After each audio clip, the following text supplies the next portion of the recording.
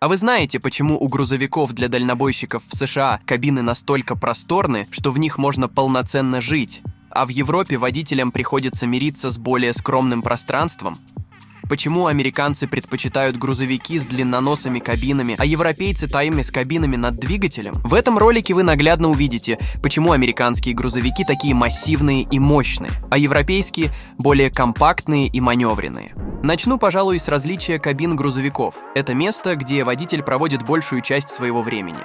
Рано утром дальнобойщик садится за руль и мчит по трассе, чтобы доставить груз в нужное место. Путь зачастую бывает длинным, может занимать недели, а то и месяцы. И тогда кабина превращается не просто в рабочее место, а в настоящий дом, где можно отдохнуть, привести себя в порядок, приготовить еду и с комфортом поесть.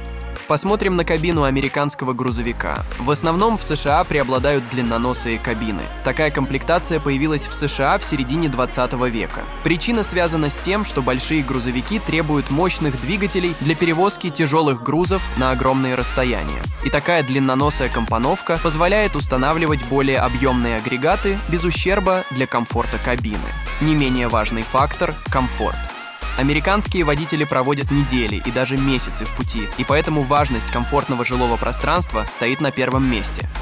Длинная кабина позволяет устанавливать полноценные спальные места, кухонные блоки и даже душевые кабины. А вот кабины европейских грузовиков совершенно отличаются от их американских коллег. В Европе кабины располагаются над двигателем. Эта компоновка возникла в середине 20 века. Связано это было с необходимостью маневренности на узких улицах европейских городов. Компактные размеры грузовиков с кабинами над двигателями позволяют легко справляться с поворотами в условиях плотного городского движения. По вашему мнению, в какой кабине комфортнее ездить? Давайте пойдем дальше. Предлагаю сравнить систему прицепов американских и европейских грузовиков. Американские грузовики обычно имеют длинную колесную базу и большие кабины. Это позволяет использовать более крупные и тяжелые прицепы. В США дороги более широкие, и на них меньше ограничений по длине транспортных средств. Для США типична доставка груза на большие расстояния, и очень важно иметь возможность перевозить груз за один рейс. Поэтому американские грузовики рассчитаны на перевозку прицепов длиной около 16 метров. Важной особенностью американской системы прицепа является наличие одного поворотного штифта, который крепит прицеп к седлу тягача.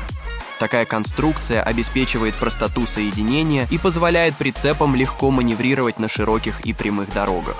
Европейские грузовики, напротив, адаптированы под более узкие и извилистые дороги. Они обычно короче, длина прицепов чаще всего не превышает 13,6 метров, а максимальная общая длина автопоезда составляет 16,5 метров. В Европе более строгие ограничения по длине и весу транспортных средств, чтобы сохранять безопасность на дорогах. Европейские прицепы часто имеют несколько осей, что помогает распределять вес и лучше проходить повороты на сложных маршрутах. В них используется система сцепления с несколькими штифтами, что обеспечивает большую устойчивость и контроль над прицепом в условиях плотного городского движения. Какая система прицепов, по вашему мнению, надежней? Как вы думаете, что делает грузовики Америки и Европы такими разными? Все ее дело в моторах и мощности, скрытых под капотом. Я вам расскажу, в чем отличие и почему они так важны. Американские грузовики – это настоящие тягачи с огромными двигателями. Их моторы часто превышают объем в 15 литров. И такая мощь необходима, чтобы проезжать большие расстояния и перевозить тяжелые грузы. Средняя мощность двигателя американского грузовика составляет около 400-600 лошадиных сил. Такая мощность позволяет легко двигаться по широким американским шоссе и преодолевать крутые подъемы. Американские грузовики работают на низких оборотах, что помогает экономить топливо и снижать износ двигателя. Европейские грузовики имеют более компактные двигатели, но это не делает их менее эффективными. Их объемы обычно около 12-13 литров, а мощность варьируется в пределах 300-500 лошадиных сил. Такие бренды, как Volvo и Scania, создают двигатели, оптимизированные для маневренности и экономии топлива. Это особенно важно на узких и извилистых дорогах Европы. К тому же в Европе акцент делается на экологичность. Стандарты выбросов в Европе более строгие, чем в США. Этот факт побуждает европейских производителей двигателей разрабатывать более чистые технологии. Американские дороги широкие и расстояния между городами велики, поэтому грузовикам нужна мощность и объем. чтобы минимизировать количество остановок и доставлять больше грузов за рейс. В Европе важнее маневренность и экономичность, чтобы грузовики могли легко передвигаться в городах и на узких трассах. Скажите, чья мощность двигателей вас больше удивила? Когда вы думаете о различиях в грузовиках, вряд ли первым на ум приходит слово «безопасность». Но разница в подходах к безопасности грузовиков в Америке и Европе очень интересна.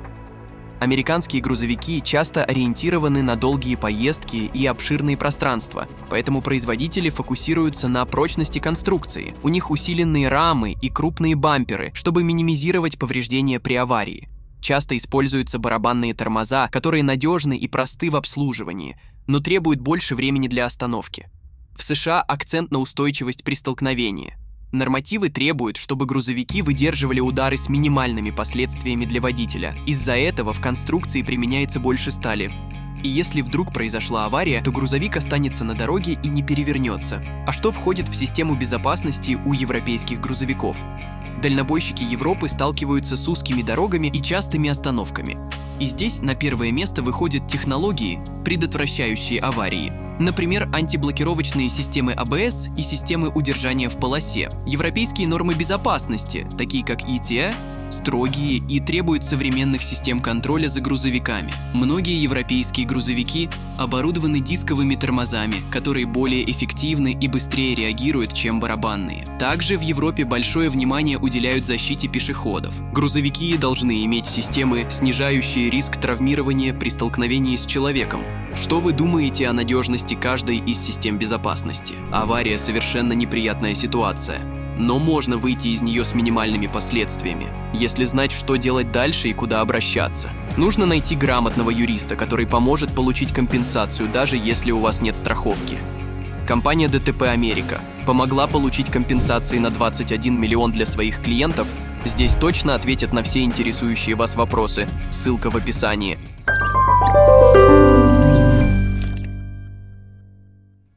Когда речь заходит о грузовиках, рулевое управление совершенно не первая вещь, о чем вы подумаете. Но именно оно делает американские и европейские грузовики такими разными. Начнем с американских тягачей. Вы уже поняли, что они известны своими размерами и мощностью, и такие большие машины требуют надежного и прочного рулевого управления. В США популярны системы с гидравлическим усилителем руля AHPS. Эта система облегчает повороты на длинных и прямых американских дорогах. Водителю легче управлять грузовиком, особенно при маневрировании на низких скоростях. Однако у гидравлики есть минус. Ей требуется больше технического обслуживания, и она потребляет больше энергии. Американские грузовики часто имеют более длинные колесные базы и большие радиусы разворота. Это делает их менее подвижными в сравнении с европейскими. Но зато они уверенно себя чувствуют на прямых участках дороги. Теперь обратимся к европейским грузовикам. Здесь дороги часто узкие и извилистые, поэтому в Европе широко распространены системы с электрическим усилителем руля EPS. EPS использует электромоторы для помощи в управлении, что делает систему более эффективной и менее требовательной к обслуживанию. К тому же водитель может интегрировать в систему помощников, которые помогут удерживать грузовик на правильной полосе дороги или помогут припарковаться. Европейские грузовики обычно имеют более короткие колесные базы и меньшие радиусы разворота. Это делает их идеальными для городских условий. Они могут легко маневрировать в плотном трафике и на узких улочках, что очень подходит для Европы, с высокой плотностью населения и специфическими дорожными условиями. Интересный факт. В Европе грузовики часто оборудованы адаптивным рулевым управлением. Эта система автоматически регулирует усилия на руле в зависимости от скорости движения. На низких скоростях руль становится легким, что упрощает маневрирование, а на высоких скоростях тяжелым, обеспечивая большую устойчивость. Как вам отличие? Что вам кажется важнее? Мощь и стабильность? Или маневренность и эффективность? Представляете, даже подвески у грузовиков в Америке и Европе отличаются. Давайте посмотрим, в чем тут дело и зачем так сделано. В американских грузовиках часто используют рессорные подвески. Это такие металлические пластины, которые соединены друг с другом и работают как пружины. Такие подвески просты, прочны и отлично подходят для долгих путешествий по американским шоссе, где дороги часто ровные и длинные. Они могут выдерживать большие грузы и при этом долго служат без поломок. Например, рессорные подвески могут справляться с нагрузкой в десятки тонн и могут перевозить тяжелые грузы на большие расстояния. А вот в Европе дела обстоят немного по-другому. Здесь часто используют пневматические подвески. Это значит, что колеса как бы поддерживаются подушками с воздухом. Такие подвески делают поездку мягче и удобнее, особенно на узких и извилистых европейских дорогах. Пневматические системы позволяют лучше управлять грузовиком и меньше изнашивать дороги. Благодаря пневматическим подвескам грузовики могут автоматически регулировать высоту платформы, чтобы облегчить загрузку и разгрузку. Почему же такая разница? Все дело в том, что дорожные условия и требования к грузовикам в Америке и Европе разные. В Америке важно проехать далеко и быстро с тяжелым грузом, поэтому надежность и простота-то в приоритете. А в Европе, где дороги могут быть узкими и с множеством поворотов, важнее легче обходить препятствия и комфорт. А вы какую подвеску предпочитаете? Я показал вам основные отличия грузовиков США и Европы. А теперь предлагаю вам взглянуть на самые мощные грузовики этих двух континентов. Вы увидите их внушительные размеры и узнаете, как они справляются с перевозкой огромных грузов по дорогам США и Европы. Freightliner Cascadia – один из самых популярных грузовиков в США, также известный своей топливной эффективностью и комфортом для дальнобойщиков. Он может перевозить грузы весом до 80 тысяч фунтов. Это около 36 тонн, что является стандартным лимитом для дальнобойных грузовиков в США. Одним из поводов для гордости производителя является кабина грузовика. Она выделяется особой аэродинамической формой, обеспечивающей снижение сопротивления воздуху и уменьшение расхода горючего. Разработчики хорошо потрудились над формой и линиями кузова, чтобы добиться таких результатов. Грузовик спроектирован таким образом, чтобы как можно больше увеличить эффективность магистральных и региональных грузоперевозок. Компания Kenworth W990 представила эту машину осенью 2018 года. Посмотрите, какой у него стильный дизайн. Этот грузовик как будто из будущего. Мощность грузовика от 405 до 510 лошадиных сил. Кабина оснащена пассажирским сиденьем, которое поворачивается на 180 градусов, вращающимся столиком для двоих и холодильником. Водитель может слушать музыку и смотреть на отдыхе фильмы на телевизоре, который также имеется в кабине. В спальном отсеке есть место для шкафа, для одежды, нескольких ящиков для мелких вещей и большое пространство под нижней койкой. Peterbilt 579. Дебют флагманской модели Peterbilt Model 579 впервые состоялся в 2012 году. Прошло 9 лет, и вот компания Peterbilt Motors презентует новое поколение 579 модели. Машина способна перевозить грузы до 80 тысяч фунтов, что около 36 тонн, активно используется для длительных поездок по всей стране. Основные аспекты, которым американские конструкторы уделили особое внимание, стали аэродинамика, технологичность, топливная эффективность, комфорт водителя и надежность применяемых узлов и агрегатов. Какой американский грузовик больше всего впечатлил? Теперь давайте восхитимся грузовиками из Европы. Кто сказал, что тягачи медленные и неповоротливые? Volvo Iron Knight. Грузовик, который был создан компанией Volvo Trucks в 2012 году и установил мировой рекорд скорости для грузовиков, разогнавшись до 276 км в час.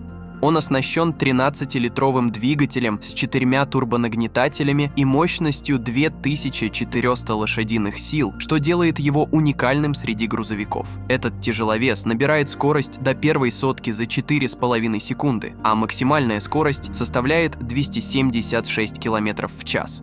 Впечатляет?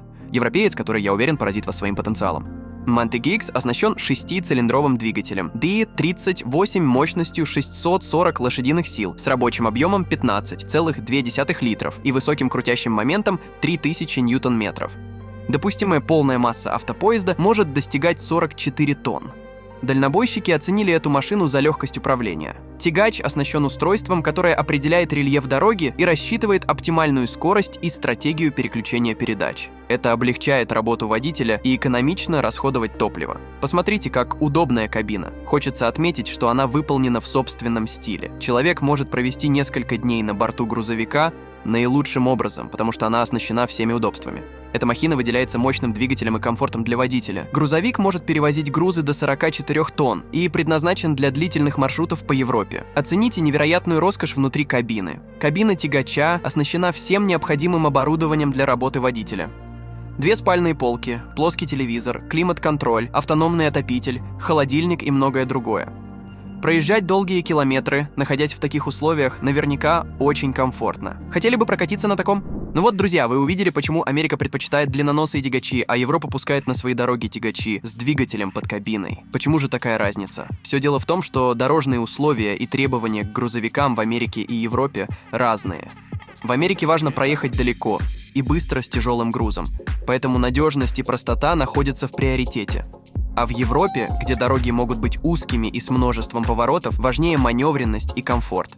Я надеюсь, что ролик вам был полезен и вы нашли в нем интересную информацию.